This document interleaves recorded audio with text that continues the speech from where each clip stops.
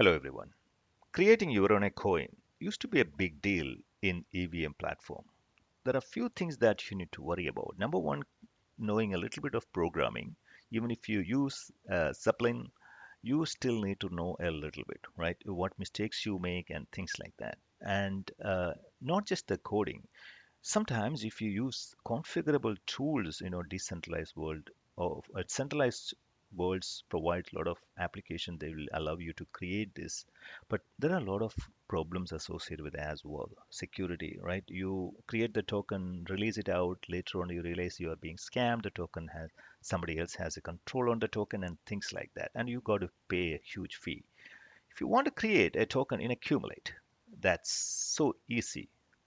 Go to switch account and choose your coin issuer wallet and go to actions, create coin. And let's say you want to create a coin called Bong on Accumulate. You do Bong and put precision and supply chain. Precision has to be less than 8. Accumulate does not support more than 8. Supply limit can be, this is 500 million. You can put anything you want.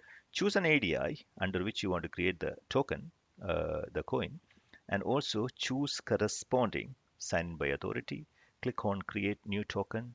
You are done creating your token. You have a token available. All you need to do is close the window, open your identity, go to the token issuers, and open the token that you just created.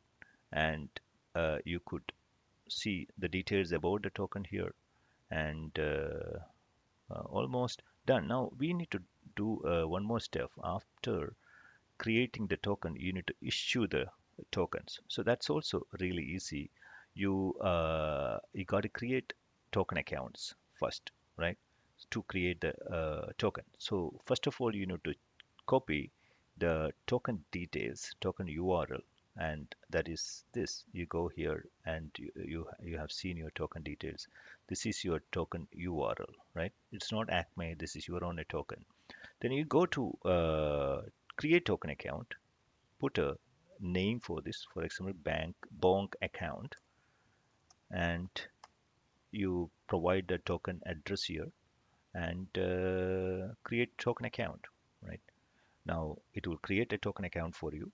Now you want to create another token account, Bong account 2, and so that you can do some transactions, right? Created a Bong account 2. Now your account address is this, right? Bong.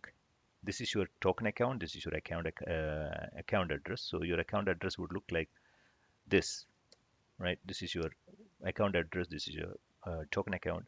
You have two token accounts. So the next thing you want to do is you want to issue the tokens to one of the accounts. So in this case, I am choosing this as your account. I'm choosing this Bong as your token account. So from this token, this coin has to be issued to this. And how much you want to issue? Let's issue 1,000 tokens. And click on this button. Your 1,000 tokens from your accounts are issued to this. And you can visit your token here, open the token account, and you can choose this token accounts, and you can open the Bonk account one, which has got 1,000, right? And you see your Bonk account has 1,000 Bonk tokens now. And this is as simple as this. In under few minutes, you learn to create an account, you issue the account, issue the tokens, everything. Now remember, in the next video, right, I am going to talk a little bit more about what more we can do. So far, what you have seen is you have created a simple token account using Accumulate, right, and issued it. That's that's just a start, big start of the the tip of the iceberg. There are a lot more features you can accomplish using your coin account. For example, every coin, like once you create a coin like Shiba Inu or anything, the next thing that you do is you create a social links, right? So a token can also be created with the social links and everything using a bank on ledger. So you open the token account in bank on ledger, create a identity, a bank identity for the token. So all the specific information about the token can be stored there. Similarly, any token that you release in the world, a builder will always want a website for the token. The website can be created under this identity, this Tom Hanks ODI OID identity.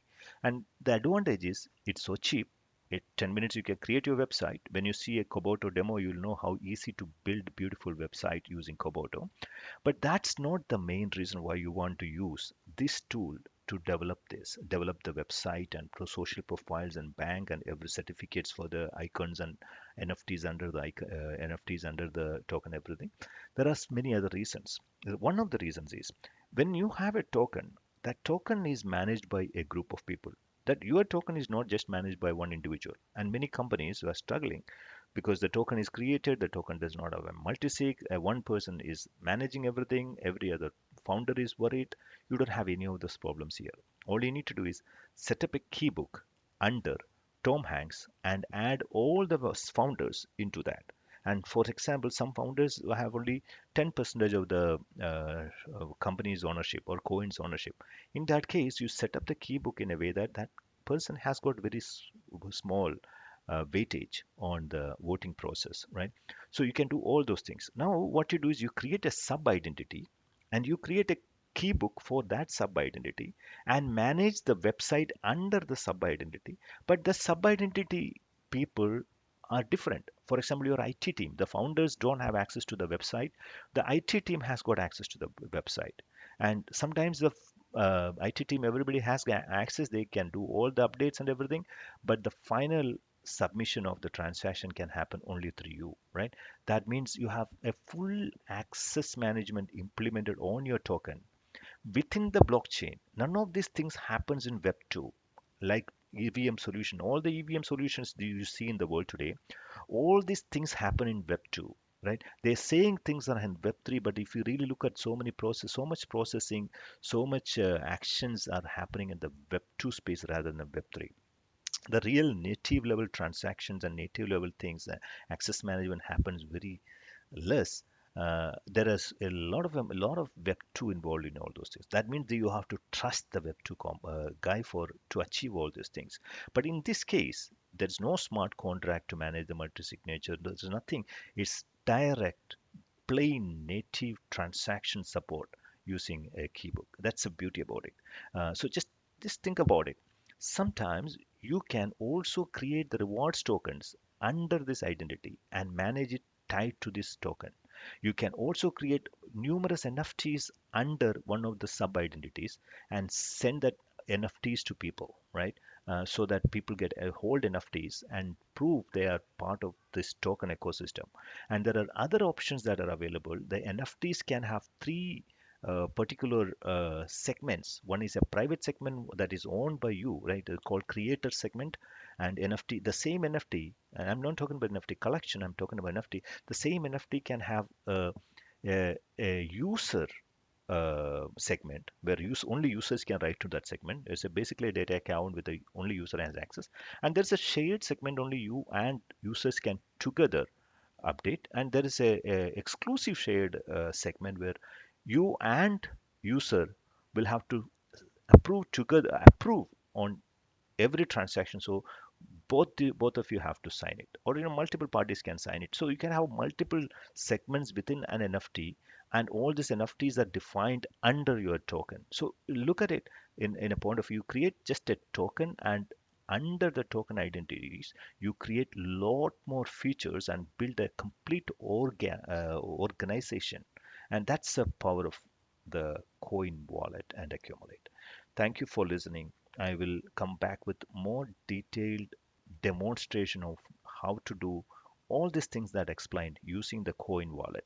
It's a beast. And for corporate use cases, like for example, let's say Microsoft or Oracle or Google wants to set up these things through APIs, that's also quite possible. That's what NAccumulate does. But think about the features that is provided by, let's say, a bank client, a client who's a bank or a hospital or a security company. The powerful features they get on managing the currencies, right? Those are the things that you learn when you learn more about the coin wallet. Thank you very much. Thank you for listening. Wait for the next videos.